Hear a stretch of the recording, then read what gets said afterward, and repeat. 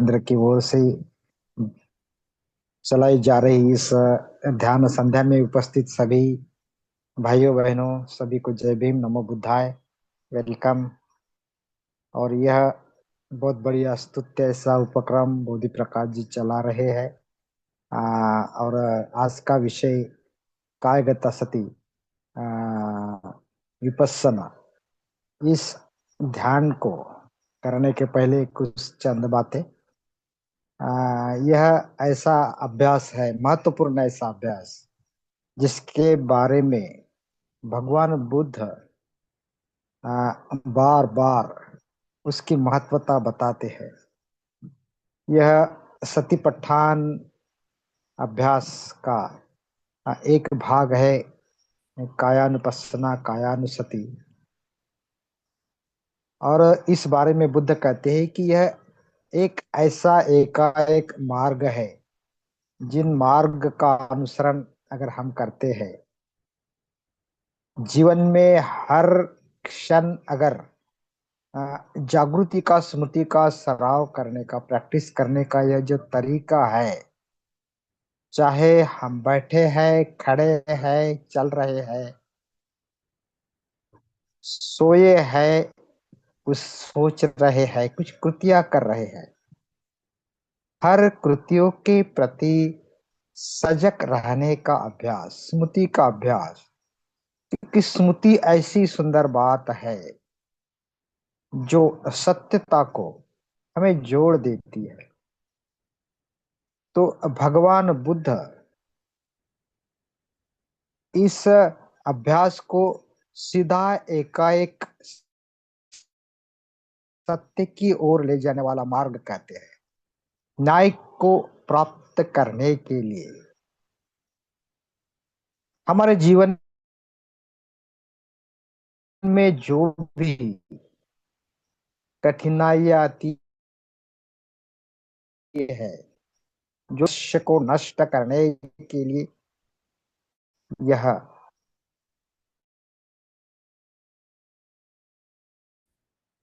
अभ्यास जो है महत्वपूर्ण है। संबोधि के पश्चात जो प्रयास कर रहे जो भिक्खु है, उन्हें यह उपदेश देते हैं बुद्ध। उतना ही नहीं तो भगवान बुद्ध अपने जीवन में संबोधि प्राप्ति के पहले से ही इस जागृति का अभ्यास जो है कर रहे हैं। और बुद्धत्व के बाद उर्वेला में जब संबोधि प्राप्ति के पश्चात वह चल रहे हैं सारनाथ की ओर, जागृति पूर्वक अपना पद संचालन करते हुए वह पहुंचते हैं मृगया वन में। और वहां बैठे सभी पांचों परिव्राजक उन्हें देखकर, उनकी जागृति को देखकर प्रभावित होते हैं, और न चाहते हुए भी वह बुद्ध का स्वागत करने के लिए बिल्कुल तत्पर हो जाते हैं। शुरू में अप्रिय ऐसा व्यक्ति का स्वागत आखिरी में प्रिय बन जाता है। कोई उनका सिर भर लेते हैं, कोई भिक्षा पात्र लेते हैं, कोई उन्हें आसन देता है, कोई पानी देता है। तो यह जो बदलाव है स्मृति की सुंदरता का। और भगवान बुद्ध के जो शिष्य अश्वजित, उन्हें देखकर सारिपुत्र भी प्रभावित होते हैं। उनकी चाल, उनका जागृति का अभ्यास देखकर वह संघ में दाखिल होने के लिए आगे बढ़ते हैं। और भगवान बुद्ध संबुद्धि प्राप्ति के लिए जो प्रयास कर रहे हैं, और संबुद्धि के बाद सबसे पहले वह एक स्वास्थी नाम के अस्पृश्य बालक को मिलते हैं, जिन्होंने उन्हें आसन बनाने के लिए कुशाग्रास दिया, ताजा ग्रास। हर दिन वह उन्हें मदद करते। तो यह जो स्वास्थी नाम का जो 11 साल का बालक है, वह भैंसों को चरवाने का काम करता। और भगवान बुद्ध यह सब देख रहे हैं। और जैसे बोधि वृक्ष की कृतज्ञता भगवान बुद्ध ने व्यक्त की, वैसे ही जिन्होंने उन्हें मदद की है अपने जीवन में, चाहे उनके माता पिता हो, चाहे उनके गुरुजन हो, वैसे ही उस बालक स्वास्तिक की भगवान बुद्ध कृतज्ञता व्यक्त करते हैं और उन्हें अपने संघ में दाखिल होने के लिए उनके घर जाकर उन्हें न्योता देते हैं, बुलाते हैं। और जब राजगृह में बैठे सभी प्राप्त भिक्षुओं को भगवान बुद्ध प्रवचन देते हैं, स्मृति के सराव के ऊपर प्रवचन देते हैं, तो यही भैंसों के देखभालों का उदाहरण देखकर बुद्ध कुछ बात समझाते हैं, जिसमें स्मृति का अभ्यास है, जागृति के सराव का अभ्यास है। और सभी भिक्षुओं के साथ वहां स्वस्ति भी बैठा है और बुद्ध अपनी देशना आगे बढ़ा रहे हैं। ऐसे कौन से तत्व है जिनका पालन कर हम इस कायगता सती का अभ्यास कर सकते हैं, जागृति का अभ्यास कर सकते हैं? तो बुद्ध पहली बात कहते हैं कि जो अच्छा चरवाहा होता है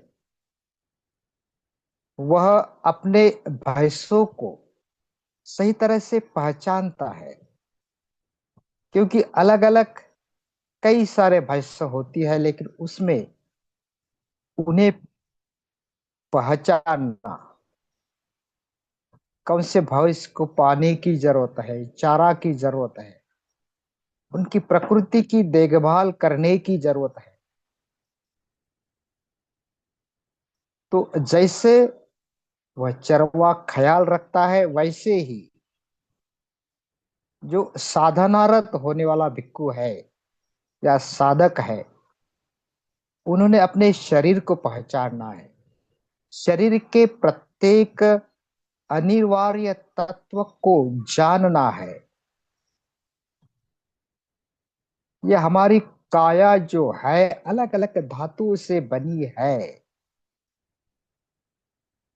अलग अलग स्कंधों से बनी है। उसे जानना, उसके उदयम को जानना, निर्माण होने को जानना, उसके बदलाव को जानना, आस्तता को जानना, यह जो अभ्यास है, यह सर्वश्रेष्ठ स्मृति के सराव का अभ्यास है।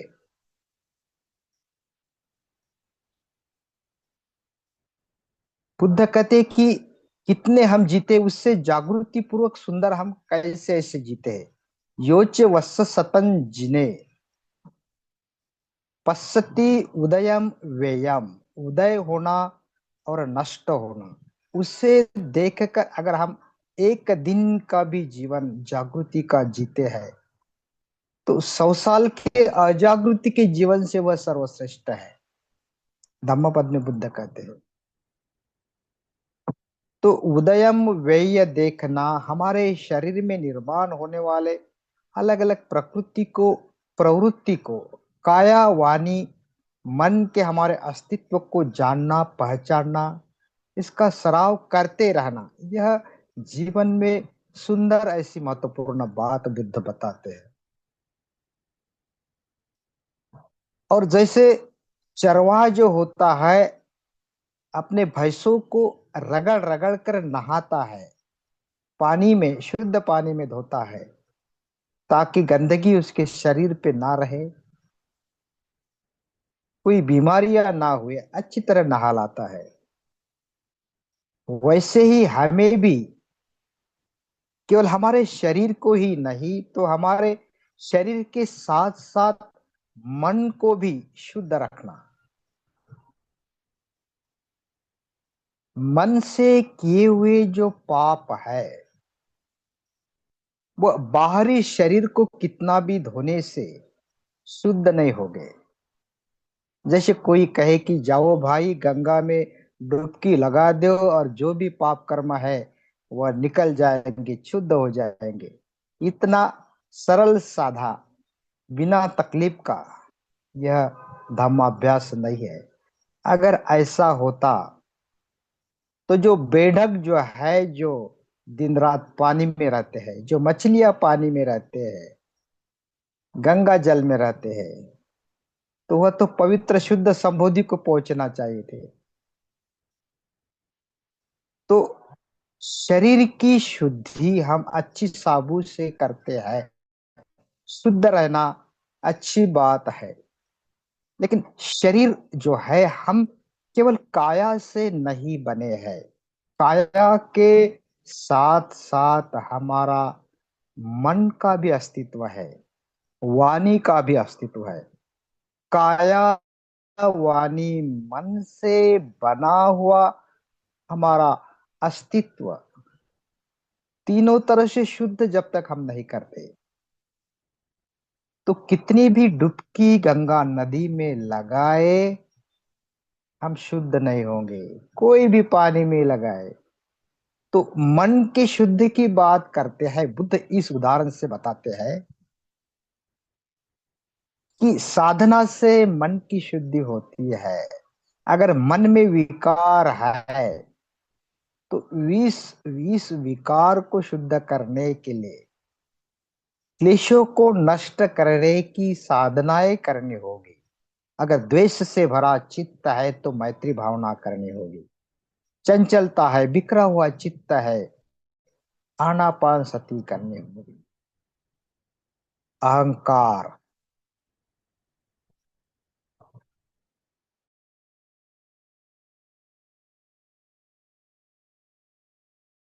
छह धातु का ध्यान करना होगा। तृष्णा को नष्ट करने और अज्ञानता को नष्ट करने के लिए निदान चिन्ह का ध्यान। बुद्ध कई सारे अलग अलग जो उपाय बताते हैं। जैसे कोई वैद्य जो है, बीमारी को देखकर अलग अलग दवाइयां देता है। यह अलग अलग साधनाएं जो है हमारे मन के बीमारी को शुद्ध करने के लिए बुद्ध बताते हैं। तो मन की शुद्धता, वाणी की शुद्धता, शरीर की शुद्धता जब तक हम नहीं करते, इस साधना के द्वारा अगला जो अभ्यास है, जैसे क्लेशों से मुक्तता के बाद ही हम बुद्ध को देख सकते हैं, बुद्ध को हमारे मन में निर्माण कर सकते हैं। हमारा आध्यात्मिक पुनर्जन्म आध्यात्मिक मृत्यु के बाद होता है, और तभी हम आगे बढ़ पाते हैं। तो बुद्ध बताते हैं कि भैंसों के घावों की देखभाल जैसे चरवाहा करता है, कि कहीं कहाँ भैंसों को कुछ लगा तो नहीं, उस जख्म को शुद्ध कर उसे कुछ औषधियां दी जाती है, मलहम पट्टी की जाती है। वैसे ही हमारे शरीर को लगे हुए ये जो छह इंद्रिय है, इस छह इंद्रिय के द्वारों पर हमें नजर रखना होगा। क्या इस इंद्रिय द्वारों से कुछ अकुशल विचार हमारे भीतर आ रहे हैं? कोई लुभाने वाली चीज को देखकर क्या हमारी तृष्णा बढ़ रही है, या हम किसी को देखकर द्वेष से भर रहे हैं? तो इंद्रिय द्वारों का रक्षण स्मृति के अभ्यास से ही होता है, जागृति के अभ्यास से ही होता है। बार बार हमें जागरूक रहकर हमारा मन कैसी प्रतिक्रिया ये देता है। द्वेष के प्रति कैसा क्रोधित उठता है, तो क्रोध निर्माण होने की अवस्था, वह बढ़ने की अवस्था, और क्रोध के कारण जो भी प्रतिक्रिया उभरती है, चाहे वाणी से हो चाहे काया से हो, तो उस पर नियंत्रण रखने की जो क्षमता है, इस स्मृति के, इस कायगता सती के अभ्यास से आती है। तो जैसे भैंसों को कोई मच्छर का तकलीफ ना हो, तो चरवाहा जो है आग जलाता है, धुआं निर्माण करता है और मच्छरों से उस भैंसों की रक्षा करता है, सुरक्षित रखता है। तो वैसे ही हमें जागरूक रहकर इंद्रिय द्वारों का रक्षण करना होता है। हमारा चित्त शुद्ध रखकर जब हम धम्म को सुनते हैं, उपदेशों को सुनते हैं, जागृति के द्वारा सुनते हैं, तो उस धम्म के अर्थ को हम जानने लगते हैं। उस धम्म के अर्थ को जीवन में उतारने के लिए हम कटिबद्धता करते हैं, संकल्प करते हैं, फिर प्रयास करते हैं। तो भगवान बुद्ध का धम्म समझना, इसलिए हमारे मन को तैयार करना होता है ताकि हम ये मच्छर रूपी बाहरी मार से बच सके। तो बुद्ध ये उदाहरण देते हैं, स्वास्थ्य एक चरवाहा है और उसे यह बताते हैं, सभी भिक्षुओं के साथ उन्हें भी बताते हैं कि शरीर और चित्त को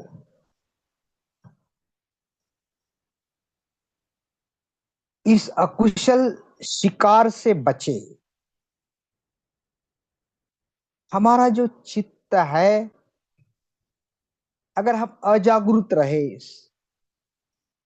तो कब तनाव में बह जाए और इस तनाव से कब दुख की निर्मित हो जाए।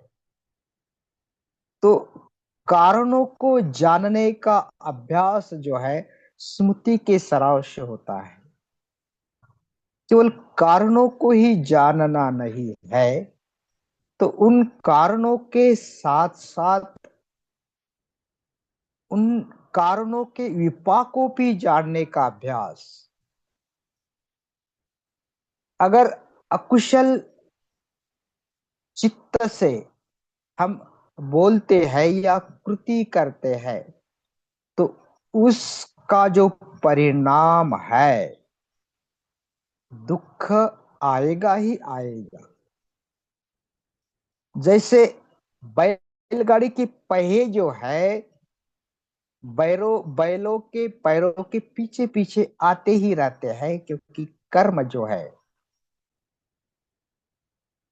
यह गोल घूमने वाला, भवचक्र में घूमने वाला बैलगाड़ी का पहिया जो है, निर्माण करना, कारणों से दुख को निर्माण करना और फिर दुख में ही यह संसार में फंसे रहना। तो दुख से बाहर निकलने का जो रास्ता है स्मृति के अभ्यास से निकलता है। इस सतिपट्ठान की कायगता सती के अभ्यास से निकलता है। जागृति का सराव ही है जो हमें जागृत करता है, अवगत कराता है कि हमने अभी इस एक बिंदु से निर्माण हुए क्रोध को रोकना है, ना उसे बढ़ने देना। एक छोटी सी जो चिंगारी है बड़ी आग को निर्माण करती है और पूरे जंगल को आग लगा देती है, पूरी जला देती है। सांसारिकता को जलाने की जो ताकत है इस क्रोध में है।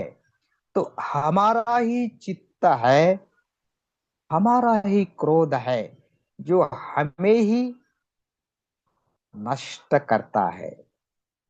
जैसे लोहे को लोहे में निर्माण हुआ जंग नष्ट करता है, ऐसा ये मलम समुत्थितम तदुत्थाय तमेव खादति एवं अतिधोनचारिणम सक कर्माणि नयन्ति दुर्गति। ऐसे दुर्गति वाले कर्म हमें ही इस जंग के तरह खा डालते हैं।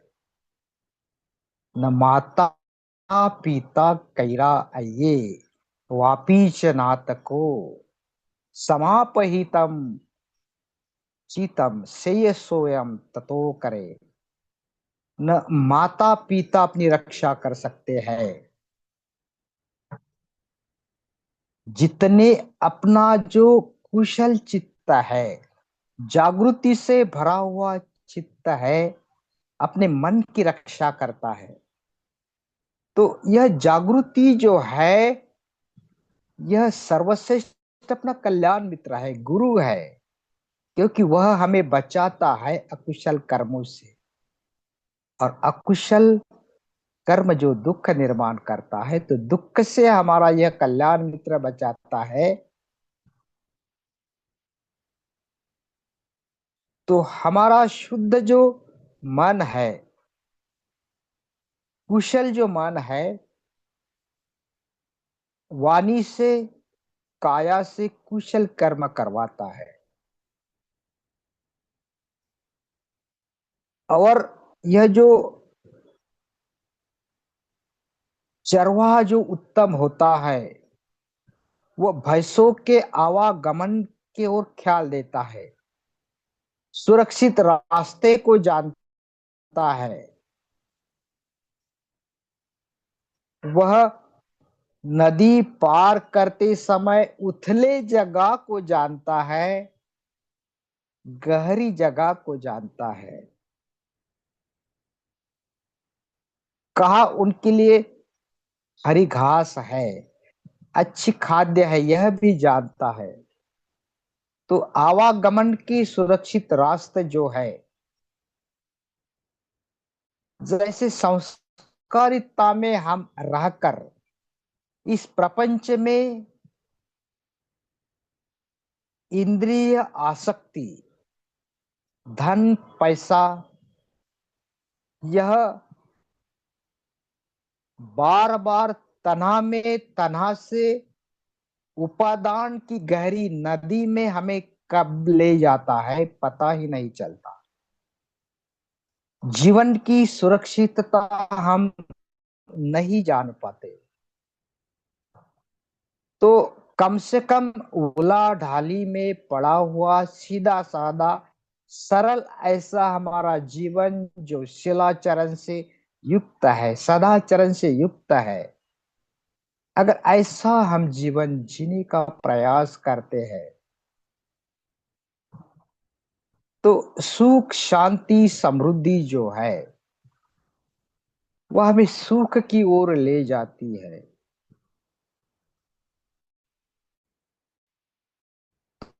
तो इंद्रिय सुख में आसक्त रहकर हम के लिए इस इंद्रिय सुख से परे जो साधना से हम प्रीति प्रशब्दी, और जैसे जैसे हम विमुक्ति के ओर, उस मार्ग की ओर जाते हैं, तो ध्यान के आनंद हम में शांति निर्माण करती है। तो जो चरवाहा होता है, भैंसों से प्यार करता है, उनकी देखभाल करता है, उनके खाने पीने की ख्याल रखता है, मच्छरों से उन्हें बचा कर रखता है, हर जगह उन्हें ख्याल देता है, तो उत्तम जो साधक होता है, तो चित्त की वैसी ही रक्षा करता है कि चित्त कोई काम छंद में ना फंसे, चित्त कोई प्रमादता में ना फंसे। प्रमादता से युक्त चित्त अजागरूक होता है, वह नींद में हर कृति करता है, सोता चलता फिरता नींद में ही रहता है। तो ऊपर से खुशहाल दिखने वाला यह इंद्रिय आसक्ति जीवन अंदर से क्लेशों के दुख से भरा है। बाहर से हंसी और मजाक दिख रही है, कोनो हासो किमानंदो निचंग पज्जली तो सती अंधकारेण ओ नब्दा पदीपम न गवे सती। बाहरी हमें ऐसा लगता है कि इस इंद्रियजन्य सुख में आनंद है, पैसा गाड़ी बंगला सब हमारे पास चीजें है, आराम से हम सुख पूर्वक जी रहे हैं, हंसी खुशी आनंदी। लेकिन भीतर जो चित्त है वह अशांत है। वह लोभ द्वेषों से युक्त अशांत ऐसा चित्त भीतर रागों से खतखत हो रहा है। द्वेष राग अंधकार से भरा जो चित्त है वह ध्यान के आनंद को, शांति को नहीं पा सकता। तो सुरक्षित नदी पार कर जैसे भैंसों को चरवा ले जाता है, तो यह जो सुरक्षित नदी है वह है चार आर्य सत्य की, जहां दुख के कारणों को समझे और दुख मुक्ति की अवस्था ध्येय को हमारे नजर के सामने रखकर उस दिशा में बार बार प्रयास करते रहे, उस मार्ग पर चलते रहे, ताकि इस आर्य सत्य का हमें ज्ञान हो। तो यह जो महत्वपूर्ण बात बुद्ध बताते हैं, जागृति के सराव की बात बुद्ध बताते हैं, तो दिन के जो जो ऐसे उदाहरण है, जैसे कोई चरवाहा को भैंसों की देखभाल के बारे में बताए, जो कोई किसान होता है, खेती बाड़ी करता है, तो बैलों से उन्हें वह खेतों की मशागत करता है, उनकी देखभाल के बारे में बताए, उस खेती की कैसी मशागत करना है, उसके जो द्वेष रूपी तृण है, तन है, उसे कैसे निकाल दे जब तक ये जो जमीन है उपजाऊ नहीं होती। तो यह जो बीज है जिसमें बुद्धत्व विकसित होने की क्षमता है, वह बीज अगर बोते भी है तो वह फसल निर्माण नहीं कर सकते, वो उबलेंगे भी कैसे। हमारे मन में अगर ऐसे क्लेशों से भरा चित्त है, तो बुद्धत्व के ऐसे सर्वश्रेष्ठ गुण कैसे अंकुरित होंगे। तो सम्यक जागृति का अभ्यास जो है, चार आर्य सत्य का, आर्य अष्टांगिक मार्ग का अभ्यास हमें इस धम्म मार्ग पर आगे ले जाता है और चित्त को स्थिर शांत नियंत्रित रख पाता है। तो जैसे चरवाहा जो है अपने भैंसों को जरूरत से ज्यादा भोजन भी नहीं खिलाता, बचाता है कब उन्हें वापस अपने घर में लौटाना है। तो वैसे ही जब हम अकालिक को भोजन अगर करते हैं, जरूरत से ज्यादा हम इस संस्कारिकता में फंसे रहते हैं, इंद्रिय आसक्ति में फंसे रहते हैं, तो जागृति ही है हमें बचाती है कि अब हमें यहाँ रुकना है।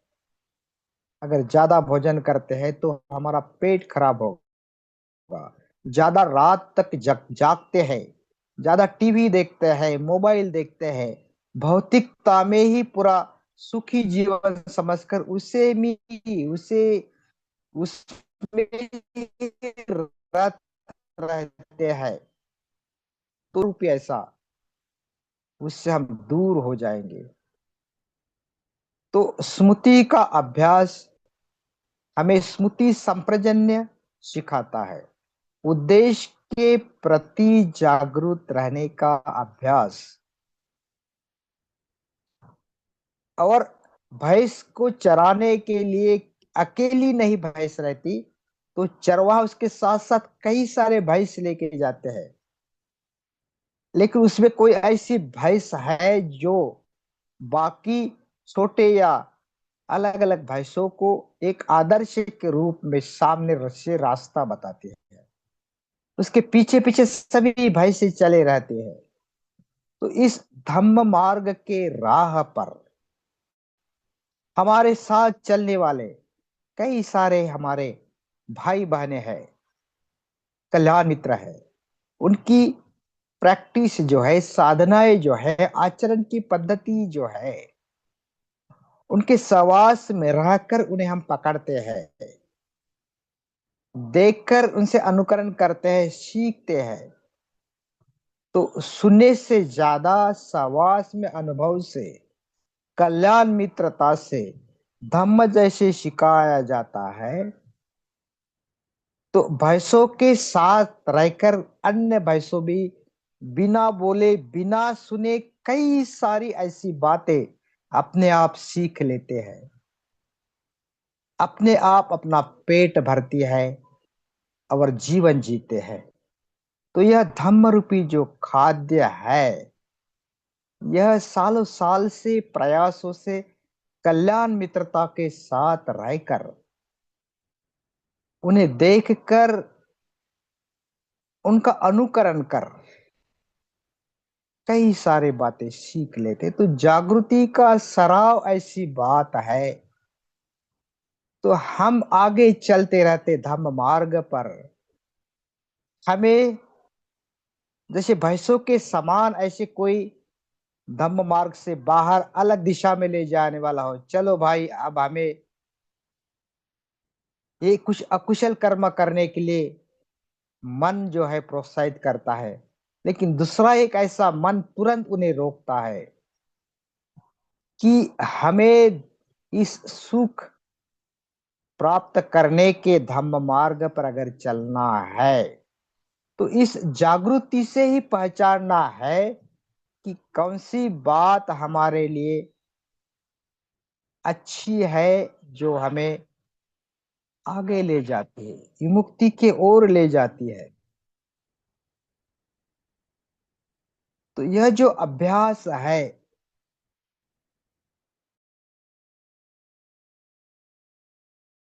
जागृति के सराव का अभ्यास है, कल्याण मित्रता का अभ्यास है। इस प्रवचन में एक सर्वसामान्य उदाहरण देकर बताते हैं,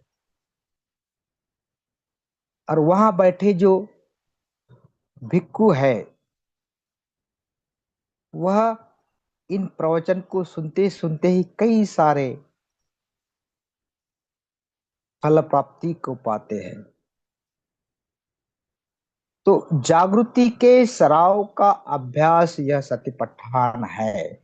यह कायगता सती का अभ्यास जो है, जब हम चलते हैं, हर पैर हमारा जब आगे उठता है, पीछे का आगे, आगे का पीछे, जागृति का सराव बस बाहर इंद्रिय द्वारों के रास्ते को रोककर चित्त को कुशल बनाने में सफल बनता है। कोई विकार आता भी है तो तुरंत निकल जाता है। जैसे आकाश, हमारे जीवन में भी अकुशलता आती है, लेकिन जाने के लिए इसलिए बार बार प्रयास करने की जरूरत है, कुशल कार्य करने की। अभिथरुथे कल्याणम पापा चित्त निवारे दंड ही करोति पुण्यम पापास्मि रमति मन। बुद्ध कहते हैं कि कुशल कर्म करने के लिए जल्दी करो। अभी तरु तो कल्याणम, कल्याण के काम करने के लिए देर मत करो। अभी करो सो कल मत करो, क्योंकि जीवन जो है हमें पता नहीं है, भरोसे का नहीं है, क्षणभंगुर है। और इसी दुर्लभ ऐसे मनुष्य जीवन में हमें हमारे कर्मों से धर्म नियम निर्माण करना है, ताकि हम स्मृति के अभ्यास द्वारा हमारे ध्येय की ओर पहुंचे, क्योंकि मनुष्य जीवन का ध्येय अन्य प्राणी मात्र से अलग है। मनुष्य ही है जो अपने चित्त को विकसित कर सकता है, चित्त को उच्च जागृति की अवस्था तक पहुंचा सकता है, अन्य प्राणी नहीं। मनुष्य को भावनाएं है, भावनाओं का विकास कर, भावना मार्ग विकसित कर, वह सम्यक संकल्प के द्वारा इस सत्यता के मार्ग पर, अष्टांग मार्ग पर आगे जा सकता है। तो हमें जल्दी करना है कुशल कर्म के लिए, क्योंकि चित्त जो है पाप कर्म में रत होने के लिए बिल्कुल तत्पर है। तो निश्चित ही हर दिन के हम साधना के प्रयासों से और यह दिल्ली केंद्र द्वारा चलाए जा रहे यह साधना के अभ्यास के इस हर दिन के हमारे सराव से हम पूर्ति में ढाले कायगता सती का अभ्यास हम हमारे दिन के क्रियाकलाप में, कर्म में उसे ढाले और जागृति का अभ्यास और बढ़ाते रहे। इस शुभकामना के साथ सभी को शुभेच्छाएं देते हैं। सभी ने शांति से सुन लिया। सभी का बहुत बहुत धन्यवाद। Thank you.